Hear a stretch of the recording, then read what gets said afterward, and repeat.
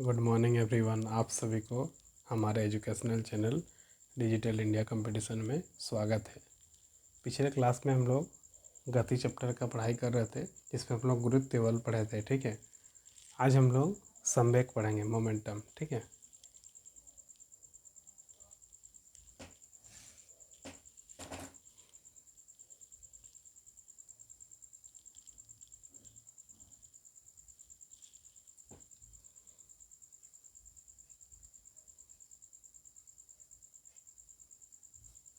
संवेग।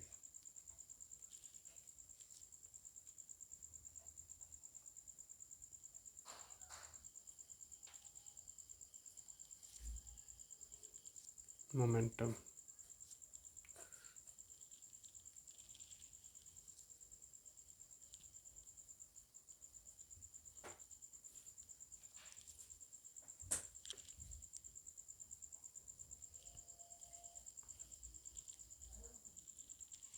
संवेग क्या होता है? किसी गतिमान वस्तु के द्रव्यमान तथा वेग के गुणनफल को उस वस्तु का संवेग कहते हैं। ठीक है, तो किसी गतिमान वस्तु मतलब अगर कोई वस्तु गति में है, ठीक है, अगर कोई वस्तु गति में है तो वस्तु के द्रव्यमान तथा वेग के जो गुणनफल होगा उसे हम लोग संवेग कहेंगे। ठीक है, तो संवेग बराबर क्या होता है? द्रव्यमान इंटू वेग, यानी संवेग P equal to M into V होता है। और संवेग हमेशा सदिश राशि होता है, क्योंकि इसका दिशा और परिणाम दोनों होता है। ठीक है, इसका मात्रक किलोग्राम मीटर पर सेकेंड होता है, केजी मीटर पर सेकेंड। ठीक है, तो किसी गतिमान वस्तु के द्रव्यमान तथा वेग में जो गुणनफल होता है, तो उस जो गुणनफल होता है उसको क्या कहते हैं? संवेग कहते हैं, यानी मोमेंटम कहते हैं। ठीक है, तो इसका डेफिनेशन लिखिए। किसी गतिमान वस्तु के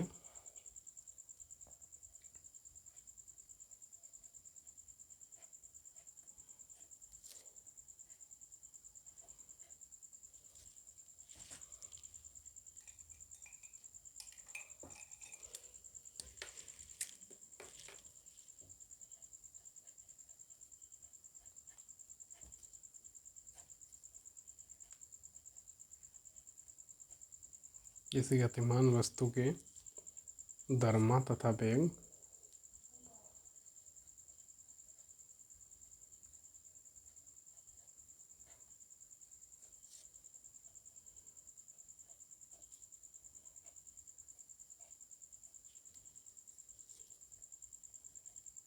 के गुणनफल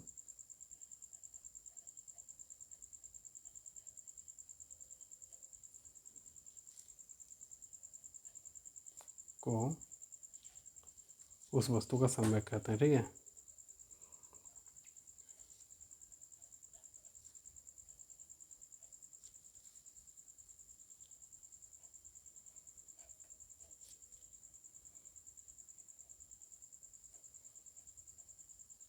किसी गतिमान वस्तु, जो कोई वस्तु गति में है, ठीक है, तो किसी गतिमान वस्तु के द्रव्यमान तथा वेग में गुणनफल को क्या कहते हैं? हम लोग संवेग कहते हैं। ठीक है,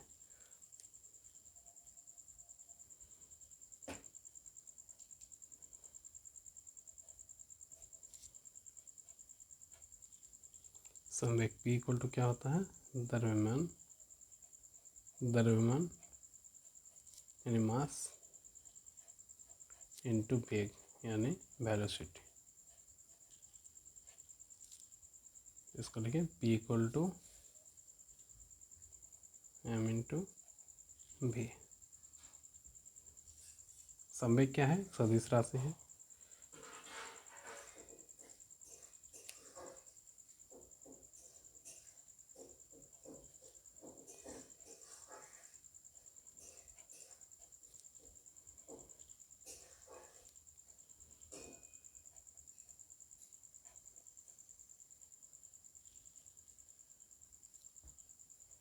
तो इसका जो SI मात्रक होता है, संवेग का SI मात्रक क्या होता है? केजी मीटर पर सेकेंड। ठीक है,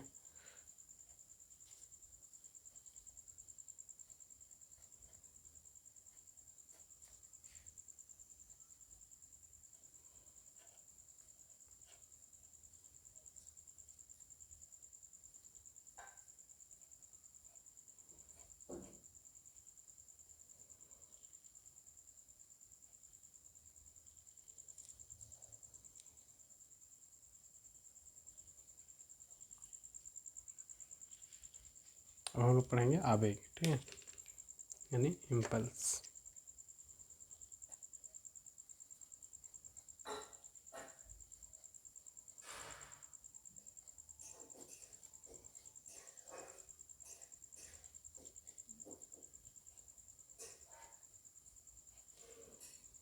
आवेग क्या होता है, पहले जान लेते हैं हम लोग कि आवेग क्या होता है, ठीक है। आवेग कहते हैं यदि कोई बल किसी वस्तु पर कम समय में कार्यरत रहे तो बल और समय अंतराल के गुणनफल को उस वस्तु का आवेग कहते हैं, ठीक है। क्या बोलता है, अगर कोई बल किसी वस्तु पर कम समय में कार्यरत रहे, ठीक है, अगर कोई वस्तु पर कम समय के लिए बल लगाया जाता है, ठीक है, तो उस बल को समांतराल, उस बल के समय अंतराल जो समय लगेगा उसका गुणनफल को हम लोग क्या बोलेंगे, आवेग कहेंगे, ठीक है। तो आवेग जो होता है हम लोग का, आवेग बराबर क्या होता है, बल गुना समय अंतराल। तो J=F क्या होता है, T। तो इसका एग्जांपल हम लोग दे सकते हैं, जैसे कि समान वेग से अगर आती हुई क्रिकेट गेंद में टेनिस का गेंद, दो मतलब मान लीजिए गेंद आ रही है, एक तो क्रिकेट का गेंद, एक तो टेनिस का गेंद, ठीक है, समान गति से। तो टेनिस का गेंद तो किसको कैच करना आसान होगा, दोनों में से, टेनिस का गेंद में से, टेनिस गेंद को कैच करना अच्छा हो, पहले कैच कर सकता है खिलाड़ी, ठीक है। क्रिकेट गेंद को जल्दी से कैच नहीं कर सकता है, टेनिस गेंद को जल्दी कैच कर सकता है, ठीक है। इसके कारण होता है आवेग के कारण, ठीक है। इसका डेफिनेशन लिख सकते हैं, देखिए यदि कोई बल, इसका डेफिनेशन लिखें,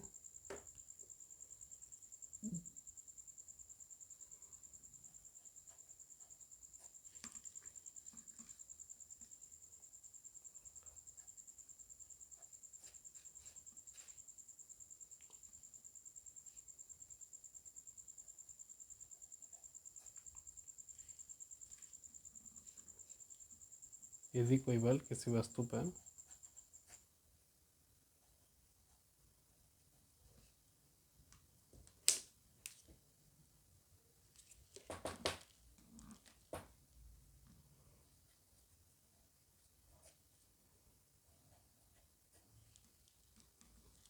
कम समय तक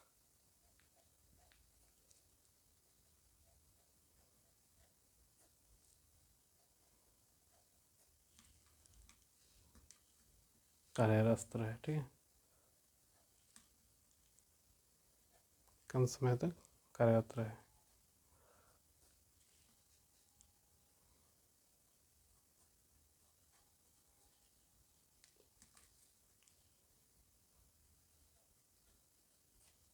तो बल और समय अंतराल क्या होगा, तो बल और समय अंतराल गुणनफल को हम आवेग कहेंगे, ठीक है।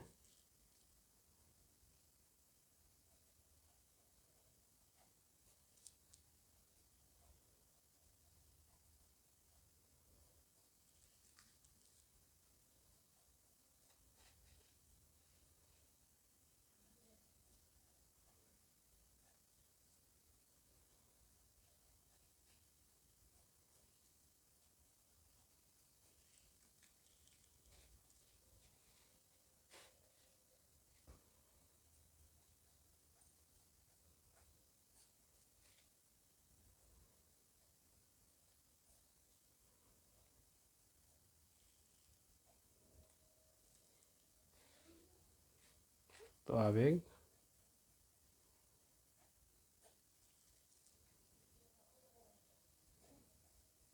J= क्या होता है, बल गुना समय अंतराल, बल यानी फोर्स F गुना समय अंतराल,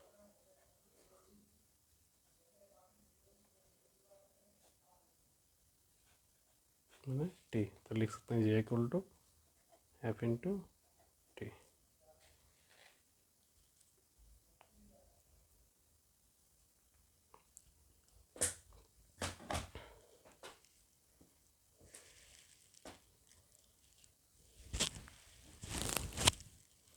अब हम न्यूटन का तीसरा गति का नियम पढ़ेंगे, ठीक है।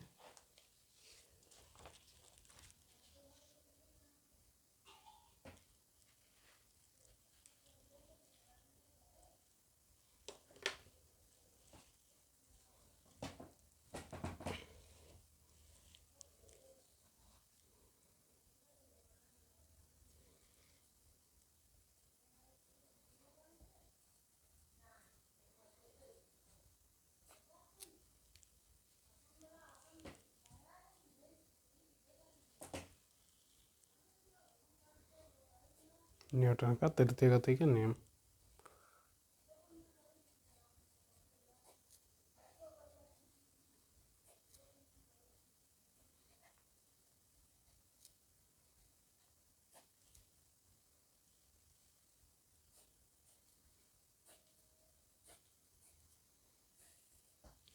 न्यूटन का तीसरा गति का नियम क्या बोलता है कि इस नियम के अनुसार क्या होता है कि प्रत्येक प्रत्येक किलोग्राम इस नियम के अनुसार क्या होता है कि प्रत्येक क्रिया के बराबर परंतु विपरीत दिशा में प्रतिक्रिया होती है। ठीक है, अर्थात दो वस्तुएं प्रारंभिक क्रिया में एक वस्तु जितना बल दूसरी पर लगाएगा, दूसरी वस्तु भी उस वस्तु पर विपरीत दिशा में उतना ही बल लगाएगा।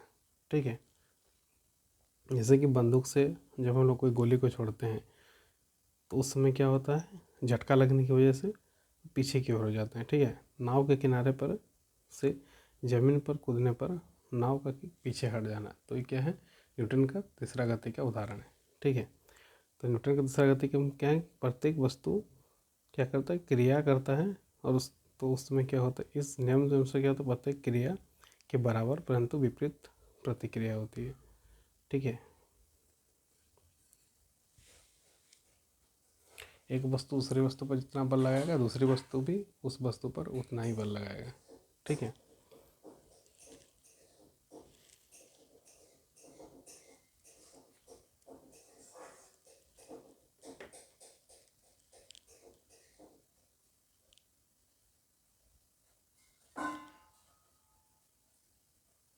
ठीक है, इस नियम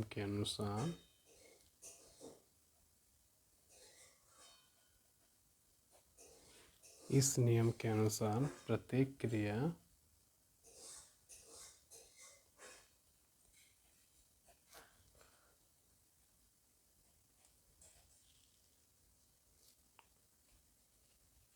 क्रिया के बराबर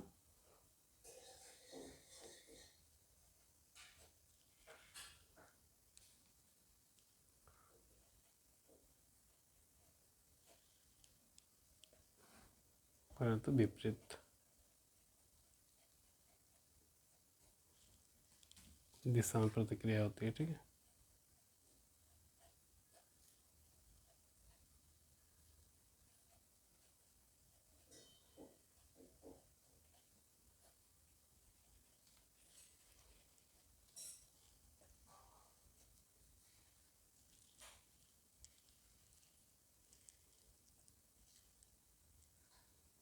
तो इसको हम लोग समझना चाहें तो लिखें, अर्थात इसको हम लोग समझ सकते हैं।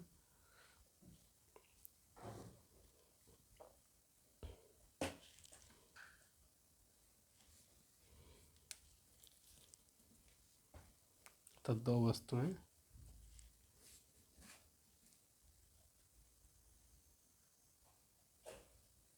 मान लीजिए कोई दो वस्तु है। ठीक है, को प्रारंभिक क्रिया में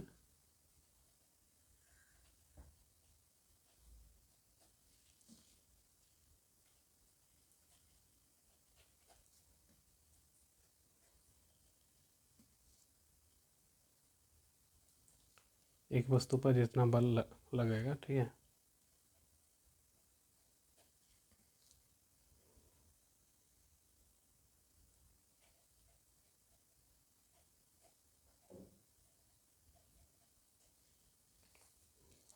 एक वस्तु जितना बल दूसरी वस्तु पर लगाएगा,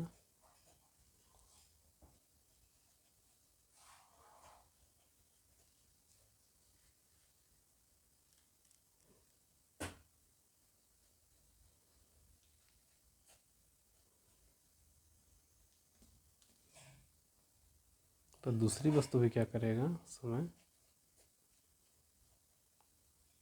दूसरी वस्तु भी विपरीत दिशा में उतना ही बल लगाएगा। ठीक है,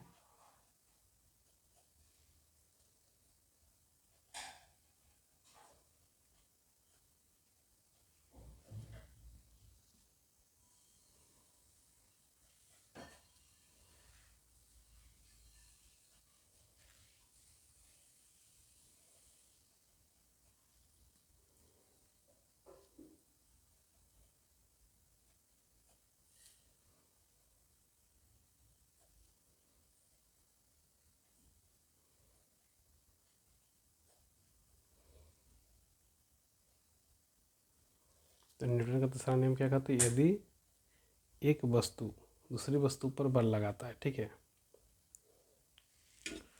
पहली वस्तु द्वारा दूसरी वस्तु पर लगाया बल और दूसरी वस्तु पर पहली वस्तु द्वारा बल, दोनों वस्तु जो आपस में बल लगाता है तो इसकी विपरीत दिशा में उसको बल लगाएगा, ठीक है। तो इस नियम के अनुसार क्या, प्रत्येक क्रिया के बराबर होता है लेकिन परंतु विपरीत दिशा में होता है, ठीक है।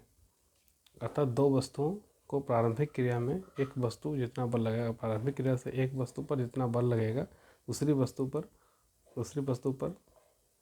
जितना बल लगेगा दूसरी वस्तु पर लगाती है, दूसरी वस्तु को विपरीत दिशा में उतना ही बल लगाती है।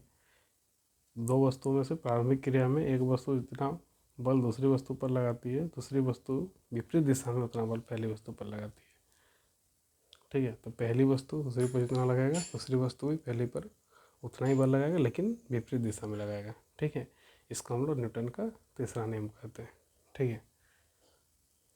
तो आई होप आपको क्लास अच्छा लगा होगा, तो वीडियो को ज़्यादा से ज़्यादा शेयर करें और अभी तक जो भी हमारे चैनल को सब्सक्राइब नहीं किए हैं चैनल को सब्सक्राइब करें और बेल आइकन को दबाएं ताकि आपको हर वीडियो का नोटिफिकेशन सबसे पहले आपको पहुंच पाए। तो आज की क्लास हम लोग यहीं समाप्त करते हैं। जय हिंद, जय भारत।